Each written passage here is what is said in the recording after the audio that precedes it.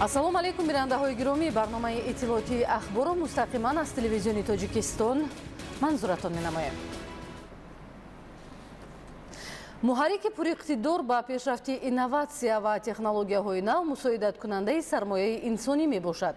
Бинобар ин барои татбиқи пурсамари иқтисоди рақамӣ тайёр намудани кадрҳо дар ҳама зинаҳои таҳсилоти касбӣ зарурати бештар дорад. ҳамкорамон Дилшод Ҳакимзода дар ин хусус гузориш медиҳад. ҷаҳони муосир зеҳнияти баландро ҷиҳати пешбурди соҳаҳои воқеи иқтисодӣ тақозо менамояд. аз ҷумла фаҳми истифодаи техника ва технологияи инноватсионӣ ба ташаккули зеҳнияти инсон таъсири мусбӣ расонида, қоидаҳои дурусти ғункунӣ, нигоҳдорӣ, коркардабарорӣ ва интиқоли маълумотро бо ёрии компютер ба миён овард. ҳамин аст ки дар иқтисодиёт воситаҳои худкори рақамӣ барои осону дастрас ва шаффоф гардидани иҷрои кору хизматрасонӣ васеъ истифода бурда мешавад. ҳамин аст ки президенти ҷумҳурии Тоҷикистон муҳтарам Эмомалӣ Раҳмон дар паём ба Маҷлиси олии ҷумҳурии Тоҷикистон 28 декабри соли 2024 баён намуданд ки Тоҷикистон дар ҷодаи гузариш ба рақамикунонии соҳаҳои иқтисоди миллӣ ҷиҳати таъмин намудани шаффофияти муносибатҳои иқтисодиву молиявӣ қадамҳои устувор гузошта истодааст. ҷиҳати вусъат бахшидан ба равандҳои инноватсионӣ ва истифодаи ҳамаҷонибаи имкониятҳои технологияҳои рақамӣ дар иқтисодиёт пешниҳод менамоям ки солҳои 2025-2030 солҳои рушди иқтисоди рақамӣ ва инноватсия эълон карда шавад. ҳамзамон бо ин дар низоми таълимии муассисаҳои тамоми зинаҳои таҳсилоти касбӣ равияи омода кардани барномасозон ва дигар ихтисосҳои зарурӣ барои рушди иқтисоди рақамӣ ва барномасозӣ ҷорӣ карда шавад. дар паёми навбатӣ президенти ҷумҳурии Тоҷикистон муҳтарам Эмомалӣ Раҳмон солҳои рушди иқтисоди рақамӣ ва инноватсия солҳои 2025-2030 эълон гардид ва дар ин замина айни ҳол дар сохтори муассисаҳои таҳсилоти миёнаи касбӣ ва ибтидоии касбӣ вобаста ба омода кардани мутахассисон дар самтҳои технологияи рақамӣ ва барномасозон гурӯҳи корӣ таъсис дода шудааст ва дар асоси таъсис додани гурӯҳи корӣ нақшаи чорабиниҳо вобаста ба омода кардани мутахассисони самти мазкур роҳандозӣ гардида истодааст ва чӣ хеле ки дар паёми навбатӣ пешвои миллат зикр карда шуд ки бояд дар самтҳои омода кардани технологияи рақамӣ ва барномасозон ҷиҳати шароит муҳайё кардан дар тамоми муассисаҳои таҳсилоти касбӣ чораҳои зарурӣ андешта шавад ва дар ин замина дар зинаи таҳсилоти миёнаи касбӣ зиёда аз 17 муассиса ки равияҳои техникӣ ва технологӣ мебошанд ва дар назди онҳо нақшаи чорабинӣ вобаста ба таъсиси яъне ки кафедраҳои технологияи рақамӣ ва ихтисосҳо марбут ба ин самт ҷойгирӣ карда шудааст.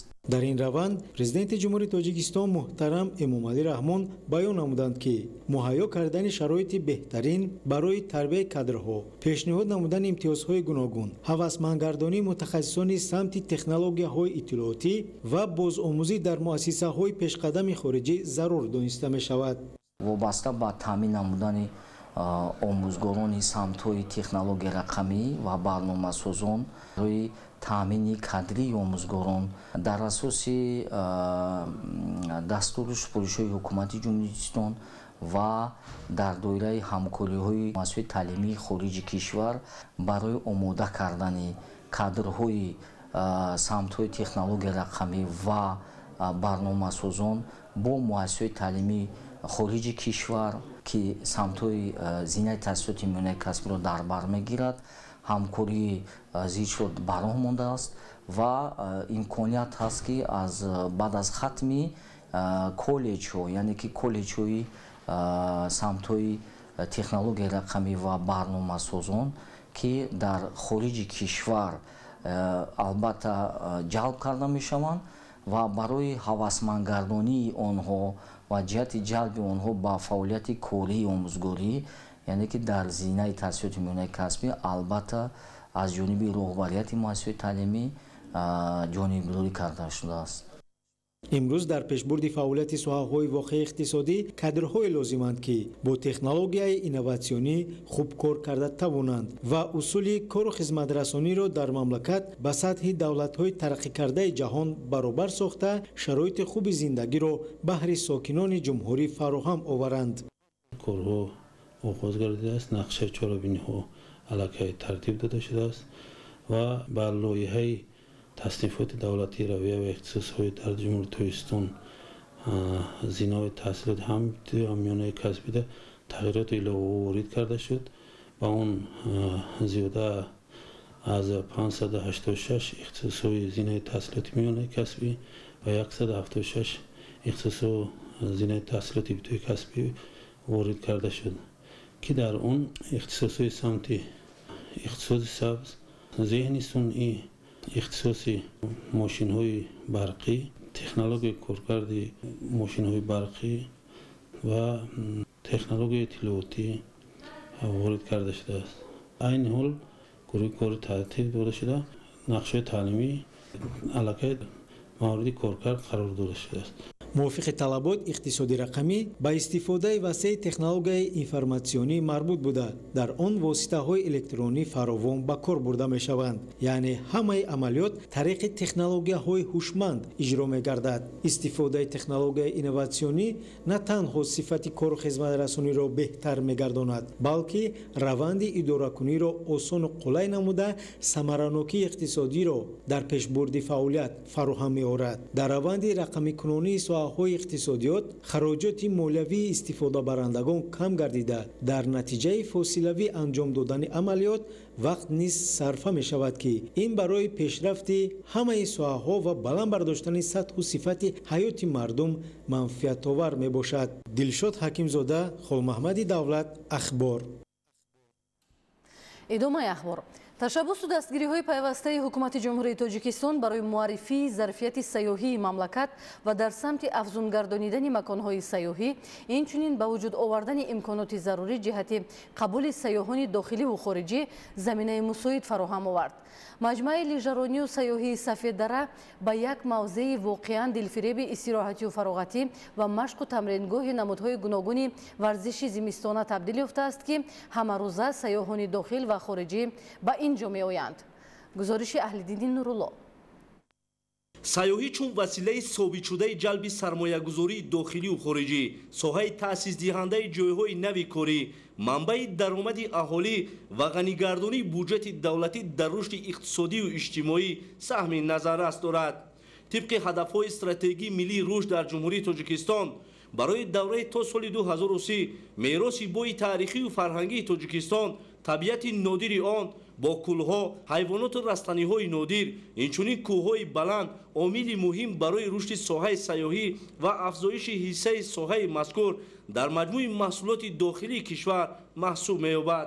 дар заминаи сиёсати созандаву бунёдкоронаи президенти ҷумҳурии Тоҷикистон, пешвои муаззами миллат муҳтарам Эмомалӣ Раҳмон, соҳаи сайёҳӣ пайваста рушд ёфта ҷумҳурии Тоҷикистон дар ин самт ба дастовардҳои назаррас ноил шуда ва дар арсаи байналмилалӣ соҳиби обрӯю эътибори хоса гардид.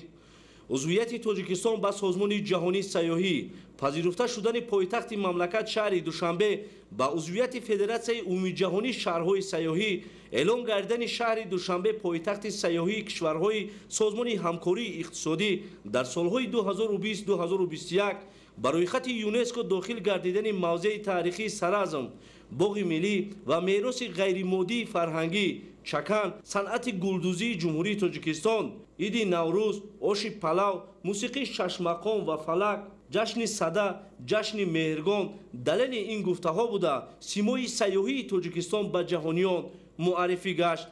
سفیددره مجمع سیاحی لیژرانی برای سیاحان خارجی و داخلی، امکانات معاصر و فراخ و جوگو با استانداردهای بین‌المللی سیاحی، این همه در گوشه از تاجیکستان صاحب استقلال. صدای فورم موسیقی، بازی‌های جالب در روی برف و یخ، شرایط خوب و معاصر بودوباش و چهره‌های گرم و گلگون، این همه رو می‌توان در آغوش طبیعت برفپوش سفیددره بینید و احساس نماید. сафедара ягона машқгоҳи варзишии зимистона дар тоҷикистон буда ба мавзеи воқеан дилфиреби истироҳатию фароғатӣ ва машқу тамрингоҳи намудҳои гуногуни варзишии зимистона табдил ёфтааст. маҷмӯа дорои инфраструктури зарурии замонавӣ буда дар он барои баргузории мусобиқаҳои варзишии зимистона ва истироҳату фароғати меҳмонону сокинони мамлакат тамоми шароитҳо муҳайё аст. ҳамин гуна хурсандии сокинону сайёҳони дохилӣ ва хориҷиро дар маҷмӯаи сафедара ҳадду канор нест, зеро имрӯз аз ҷониби соҳибкорони ватандӯст тамоми шароитҳо барои ҳам сайёҳони дохилӣ ҳам хориҷӣ дар маҷмӯаи сафедара муҳайё карда шудааст. ин ҳама аз он далолат медиҳад ки имрӯз дар мамлакат тамоми шароит барои сайёҳони дохилию хориҷӣ муҳайё карда шудааст. мо аз амрико бори аввал аст ки ба тоҷикистон омадем ва айни ҳол дар маҷмӯаи сайёҳии сафедара қарор дорем. таъссуроти аввалине ки мо ба худ гирифтем ин табиати зебову боду ҳавои тоза, кӯҳҳои баланду зебо ва мардуми меҳмоннавози тоҷикистон аст. маконе ки айни ҳол қарор дорем дар миёни кӯҳҳои пур аз барф сохта шудааст ва ҳамчунон мо дар ин ҷо бо бозиҳои гуногуне ки тавассути навтарин технологияҳо ба мо пешкаш мешавад машғул мешавем ва ин барои мо хеле ҷолиб ва шавқовар аст. ҳамчунон тоҷикистон хӯрокҳои миллӣ бениҳоят болаззат дорад, аз он ҷумла оши палов. мо ошро ҳангоме ки бори аввал истеъмол кардем ба мо хеле писанд омад. тоҷикистон ва мардуми хубу меҳмоннавозаш ба мо писанд омад ва мо тасмим гирифтем ки барои як муддати дароз аз ҳама зебогиҳоу ҷолибтарин макони тоҷикистон дидан намоем. маҷмӯа дар баландии 2300 метр аз сатҳи бар ҷойгир шудааст. иқлиму мавқеи ҷуғрофии ин минтақа дар дараи тагоби ноҳияи варзоб имкон медиҳад ки барф дар ин ҷо то моҳи май боқӣ монда барои нафароне ки дӯстдори бозиҳои рӯи ях мебошанд имконияти хубе баҳри амалӣ намудани шуғли дӯстдоштаашон то охири фасли баҳор гардад. сафедара маконе аст ки имкон медиҳад сайёҳони дохилию хориҷӣ ба тоҷикистон на танҳо дар фаслҳои баҳору тобистон балки дар зимистон низ омада аз манзараҳои зебо, кӯҳу теппаҳои барфпӯш, обҳои нуқрагин ва ҳавои тозаи атрогин баҳра баранд. ملت خودتان همیشه سربلند داشته باشین. این امنیت تینجی آبادی که دارین ممنون پرزیدنت تاجیکستان باشین. محترم امام علی رحمان یک انسان به حد دلسوز هست و انسانی است که از همه ملت هست و به قدر ملت میرسد. بنابراین از جوان بچه‌ها خواهش دارم که قدر استقلالیت تاجیکستان بدانین و همیشه کوشش کنید استقلال در مراتب‌های بلند دنیا سربلند داشته باشه. این موضوع با طبیعت زیبا و خدمترسانی سطح بلند تا دیرگاه در خاطر سیاحان و گردشگران باقی مانده از زمستان‌های دیگر نیز آنها را نیز به سوی خویش می‌خواند. موضوع خوشمنظره سفیدره که در منطقه سیاحی ناحیه ورزاب جایگیر است، دارای امکانات وسیع در سمت استراحت و فراغت و رشد توریسم سیاحی و ورزشی میباشد. سفیدره حقیقتا تأثیراتلارم جدا عجایب. ما از ازبکستان آمدیم به سفیدره تاجیکستان. برای ما این موضوع خیلی مقبول شد، به خصوص باد و هوای فورم، آبها و چشمه‌های با صفا و از همه مهم انسان‌های مهمان دوست بودنشان. برای احترام مهمان‌نوازی رحمت کلان و بی‌نداره. Очень хороший курорт, советуем всем. Хорошие цены, природа классная. Нам очень понравилось. Приходите в Сафедару.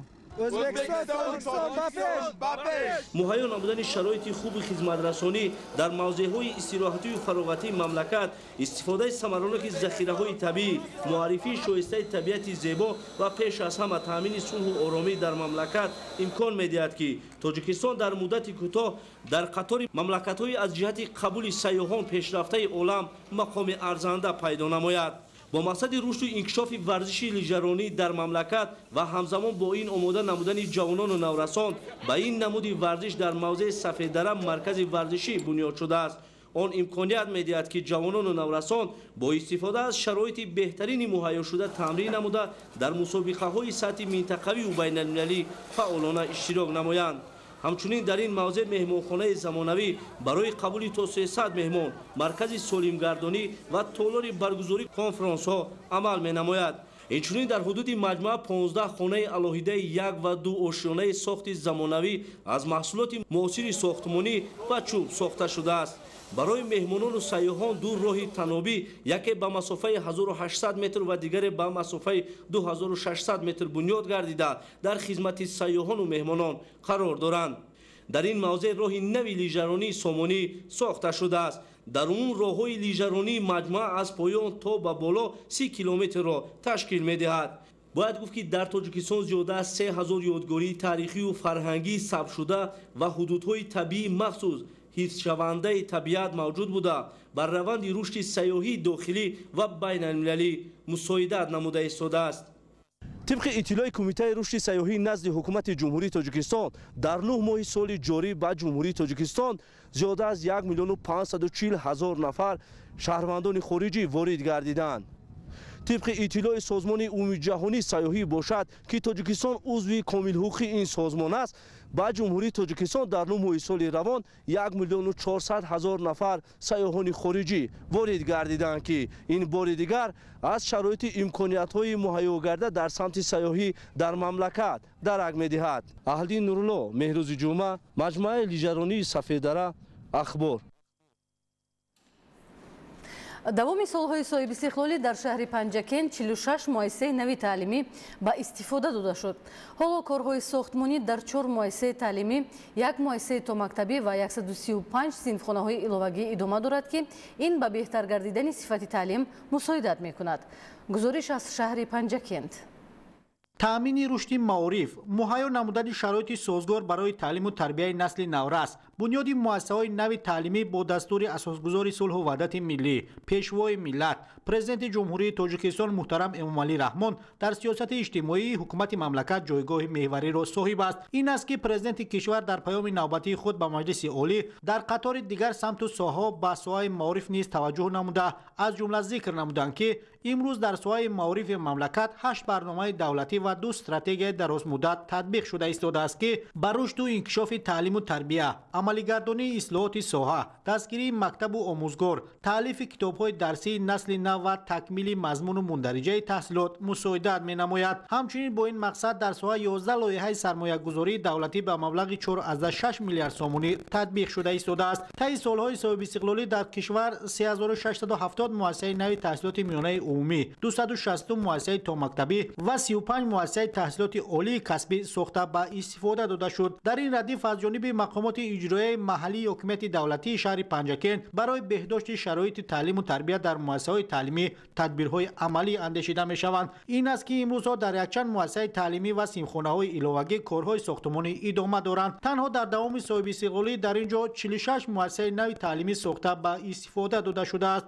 боиси хушнудист ки дар даврони соҳибистиқлолӣ муассисаи мо сохта ба истифода дода шуд ва ин ҳама меҳнату заҳматҳои ҷаноби олӣ муҳтарам президенти кишвар Эмомалӣ Раҳмон мебошад ки имрӯз ба мо синфхонаҳои барҳаво бо тамоми таҷҳизотҳо муҷаҳҳазонида шудааст. дар муассисаи мо 1760 нафар хонандагон таҳсил менамоянд ки ба онҳо 91 нафар омӯзгорон дарс мегӯянд. мо ҷавобан ба ин ғамхороёи сарвари кишвар хонандагонро кӯшиш менамоем дар роҳи хештаншиносӣ ва тандурустӣ тарбия намоем, зеро онҳо ояндаи давлату миллатанд. имрӯзҳо бунёди симфхонаҳои иловагӣ дар назди муассисаи таҳсилоти миёнаи умумӣ рақами 40 деҳаи нуристони деҳоти чинори шаҳри Панҷакен рафта истодааст. ин ҷо ба рағми сардиҳои ҳаво ҳамарӯза беш аз 20 нафар сокинони деҳа ба ҳашар баромада ба хишчинии девори 9 симфхона машғул мешаванд. ин симфхонаҳо бо мусоидати мақомоти иҷроияи маҳаллии ҳокимияти давлатии шаҳр ва самгузории сокинони деҳа бунёд карда мешаванд ва 400 нафар хонандаро дар 2 баст ба таҳсил фаро мегиранд. иттилоъ дода шуд ки мақомоти иҷроияи маҳаллии ҳокимияти давлатии шаҳр дар оянда симфхонаҳои бунёдшавандаро бо мизу курсӣ ва дигар ҷиҳози таълимӣ таъмин менамояд. ҳамчунин сокинони деҳаи нуристон бо дилгармӣ иброз доштанд ки баъди бунёди бинои иловагии таълимгоҳ дар паҳлӯи он як муассисаи томактабӣ бо фарогирии 300 кӯдак бунёд мекунанд. дар деҳаи майкатаи ҷамъияти деҳоти Амондара бошад сохтмони бинои нави муассисаи таҳсилоти миёнаи умумӣ рақами 19 ки дорои 3 ошона ва 27 симхона буда бо маблағгузори буҷети маҳаллӣ бунёд мешавад рафта истодааст. айни ҳол таҳкурсии бинои мазкур сохта шудааст ва тибқи лоиҳа муассисаи мазкур бо тарҳу намои зебо ва услуби замонавӣ сохта мешавад ва баъди ба истифода додани он мушкилии хонандагону омӯзгорон бартараф ва ҳамин гуна сифати таълиму тарбия беҳтар гардонида мешавад. сокинони шаҳри Панҷакен раванди созандагию бунёдкориро аз соҳибистиқлолии кишвар ва сиёсати маорифпарваронаи асосгузори сулҳу ваҳдати миллӣ, пешвои миллат, президенти ҷумҳурии Тоҷикистон муҳтарам Эмомалӣ Раҳмон дониста ният доранд ки дар дигар корҳои آبادانی نیز سهم خود را گذارند. دلیر بازار، خیام جورایف، شهر پنجکند. اخبار. سوهای معارف در مرکز توجه حکومت مملکت قرار دارد. سال روان در جماعت دهاتی به نام عزتالله حلیموی ناحیه نورآباد صنفخانه‌های иловагӣ برای 220 جای نشست ساخته به استفاده داده می شود. گزارش از ناحیه نورآباد. جماعت دهاتی به نام عزتالله حلیموف از مرکز ماموری ناحیه نورآباد در مسافه بیش از 20 کیلومتر دور جایگیر بوده. بیشتر مؤسسه‌های تعلیمی سالهای آخر در پرتو هدایت‌های معارف پرورانه پرزیدنت جمهوری تاجیکستان پیشوای ملت محترم امامعلی رحمان مرحله به مرحله بنیاد شدند تا برای تحصیل خوانندگان شرایط‌های ضروری پورا مهیا گردد. در برابر این سالهای آخر با افزایش شماره خوانندگان در یک قطار مؤسسه‌های تعلیمی دهاتی دوردست ضرورت ساختمان بینا و صنفخانه‌های иловагӣ پیش آمد و این عمل سازنده به خاطر آینده نسل نورست اساساً از حساب اهالی در همکاری با مقامات محلی دهات دوره به دوره عملی شده ایستاده است. در جماعت دهاتی به نام عزتالله حلیموف بخشیده به 35 سالگی استقلال دولتی جمهوری تاجیکستان یک قطار انشاءات‌ها پیش بینی شده است. از جمله در نزد 4 مؤسسه تعلیمی بنیاد 10 صنفخانه иловагӣ برای 200 جای نشست در عرفه انجامیابی قرار دارند. در مؤسسه تعلیمی دهه سریجوی همگی 5 صنفخانه موجود بودند. خوانندگان صنف‌های بالایی زیاده از 3 کیلومتر راه را طی کرده تحصیل خود را در دیگر مؤسسه‌های تعلیمی ادامه می‌دهند که در این فصل زمستان رفت و آمد آنها باعث مشکل‌ها می‌گردد. در مؤسسه تعلیمی دهه سریجوی از حساب اهالی ساختمان 4 صنفخانه ادامه داشته روزهای نزدیک کارهای ساختمانی انجام یابد و استفاده دادن صنفخانه‌های иловагӣ شرایط فراهم می‌آورد تا من بعد خوانندگان صنف‌های 10 11 و دیگر دهه نرفته تحصیل خود را در بنای نو ادامه دهند. بنیاد صنفخانه‌های иловагӣ در نزد مؤسسه‌های تعلیمی باعث حل مشکلات جای نشست یکی از راه‌های اساسی فراهم آوردن شرایط معاصر برای تحصیل خوانندگان در حدود جماعت دهات میباشد، زیرا شماره خوانندگان قریب همه ساله افزوده ایستاده است. از جمله در مؤسسه تعلیمی دهه عینی قریب 100 نفر خواننده تحصیل داشته. از نمودن بینا خوانندگان صنف‌های 10 11 در مؤسسه تعلیمی دیگر دهه تحصیل خود را ادامه داده ایستادند. مقصد از ساختن صنفخانه‌های иловагӣ امسال با تشبث مردم همین دهه یک مشکلات اساسی مکتبچگان ما نارسایی صنفخانه‌ها مقصد از ساختن این برای فرزندان ما از این دهه به دهه میان‌دره را دور دراز 3 کیلومتر طی می‌کردند. در فصل زمستان بسیار مشکلی‌ها بود. برای پس سر کرد نمودن همین ما حرکت کردیم که 2 صنفخانه иловагӣ از حساب پدر و مادر با مبلغ 40,000 تومان ساخته به استفاده دهیم. بنیاد صنفخانه‌های иловагӣ در دهه یوست، یخک و دیگر محل‌های اهالینشین حدود جماعت دهات از روی نقشه با کمک اهالی ادامه داشته. با استفاده دادن صنفخانه‌های иловагӣ باعث حل مشکلات جای داشته می‌گردد تا شرایط تحصیل خوانندگان باز هم بهتر و خوبتر شود.